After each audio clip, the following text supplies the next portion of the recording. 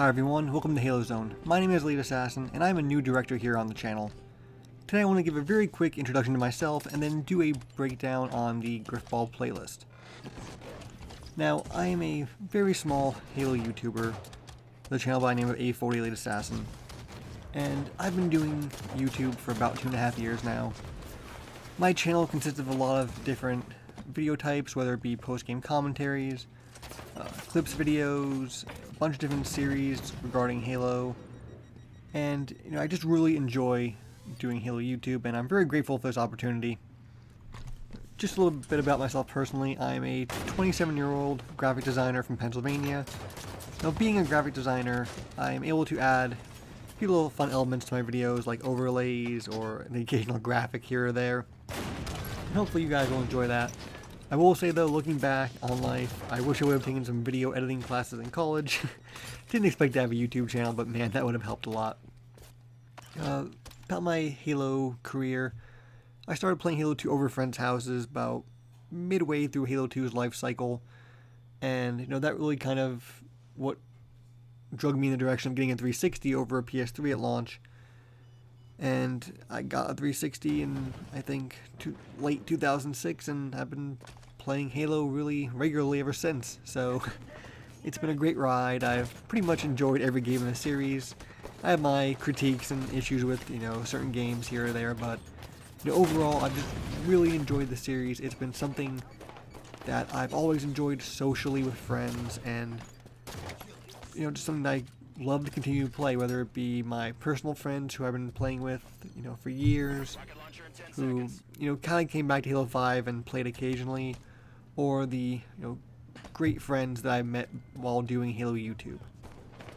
Alright, enough about me. Let's talk about some Grifball now, shall we?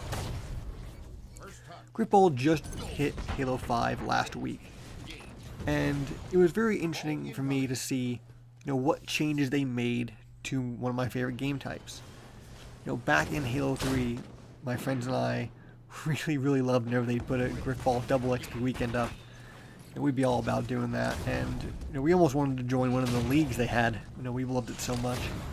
So it's been a game type that I've always enjoyed, and I was interested to see how it changed. And while the the game still feels the same, and it definitely feels closest to Halo 4's Grifball, being that you can throw the ball still, it definitely feels unique in its own way.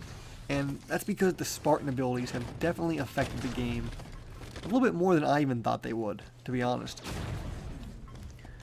And in case you're wondering, you haven't tried Grifball out, I'm going to just give a quick breakdown on how these Spartan abilities have changed the game, what aspects they've changed, and also I'm going to talk about one big glaring issue Grifball has.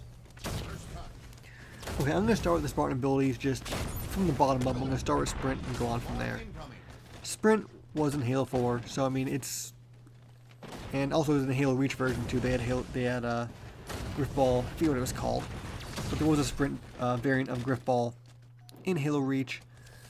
So I mean, it's been in there. We know that it makes the game faster, and one thing I will say is that being the ball holder, it definitely feels like you're not as fast as you were in previous versions of the game. Being that everyone has Sprint, you don't. But that's also helped by another Spartan ability, and that is Thruster Pack. Thruster Pack definitely makes for very interesting gameplay elements in Grifball, because it allows you to be a little bit more aggressive, but still have a safe option in your back pocket.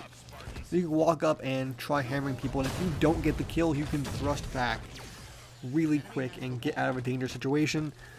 As a ball carrier, it gives you some more maneuverability options, since you don't have Sprint at your disposal, and you're just kind of walking around there.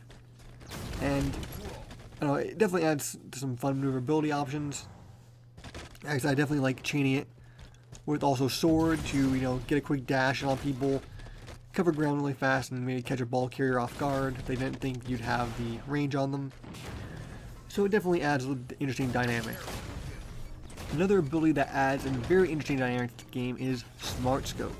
Now you wouldn't think Smart Scope would have such a big influence on Grifball, but it actually really does. For those of you who maybe don't know, when you smart scope with a sword, it actually increases the lunge range quite a bit. So it adds a bit of mind game when you're a ball carrier, and even when you're the guy going after the ball carrier. Before, in my mind, the ball carrier had 50-50 shot against someone with the sword coming after them. Because if they timed their punch right, they'd be able to survive the hit and get away. And they kind of knew the idea and the lunge range, of a sword carrier. So basically, when it came to a one-on-one confrontation, there was a little bit of a mind game. The sword carrier would try to bait the ball carrier into punching so they can get the easy kill, and the ball carrier was just trying to time their punch right so they can punch out the opposing sword person. Now, as a ball carrier, it's very hard to tell whether or not someone approaching you is smart scope or not because there's no animation on their end.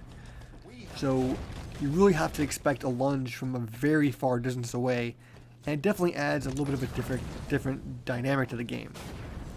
Smart scope also adds a different dynamic when it comes to being in the air.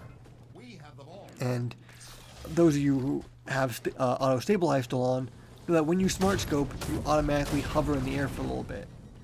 And this is very interesting because you can chain that with the ability to catch the ball.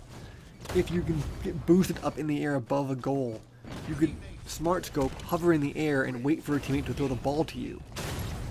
And then you can chain that into the other sport ability I want to talk about, which is a ground pound. Now, ground pound is obviously only useful when you're in the air. And being that gravity hammers knock you all over the place, it allows for you to get up high in the air very often. And like I said, if you can catch the ball in the air, or get boosted as a ball carrier in the air, it allows you to now ground pound on the goal for a score. Something that used to be really up to chance, and you used to be boosted in the air and just hope you'd land on the goal, or that you'd be able to land alive. So now it's very hard as a defender to knock a ball carrier out of that ground pound, because if you get hit with it, you might just be killed by it. So trying to gravity hammer somebody out of a ground pound animation, it's kind of tough, but it adds a little layer of, oh shit, they're in the air. That never used to be there. So I definitely like how these Spartan abilities have affected Grifball, and I look forward to playing the game some more and getting some more insight about it. The last Spartan ability I want to talk to you about isn't very useful on its own, but in combination with the others, it's still very useful and can lead to some very quick goals if your team's not paying attention. The last Spartan ability is Slide, and when combined with Sprint, Thrust, and the ability to jump, it is quite a dangerous tool. Now, what I'm talking about here mostly is about the opening rush of the bomb, and you probably saw it earlier in the video if you were paying attention. When you first go for the bomb, if you sprint, then thrust, slide, grab the ball, and jump, you'll be propelled slightly further than you would by just a normal sprint jump. And if done properly, if you get behind the enemy team with your slide, when you jump, their hammer swings will boost you right into their goal. So it's a very good opening tactic, and it can still be used even if the ball is laying on the ground with a wide open space. If you use it, you'll be able to cover a lot more ground than you would just by sprinting, and you maybe would be able to chain that into a ground pound into a goal. So don't forget about Slide, and like I said, not very useful on its own, but in combination with those other abilities, it's a great tool to use. Now, lastly, I want to leave you with an issue, and it's a very big issue that I've seen with Grifball, and I've seen posted online, and that is the fact that A, you can throw the ball out of the arena, allowing you to waste time where your opponents can't score. And also, you can get out of the Grifball arena. There's no kill zones above the arena, or outside the arena, so those are two very, very big concerns that hopefully 343 will address. I know Bravo already has responded to some Reddit posts, so hopefully in the next week we will see some fixes for that, because that's something that can very easily be fixed on the map. Alright guys, let me know what you guys think about Grifball, down below. Feel free to say hello. I look forward to seeing people's responses, and I look forward to making more videos for the channel. Thank you guys so much for watching.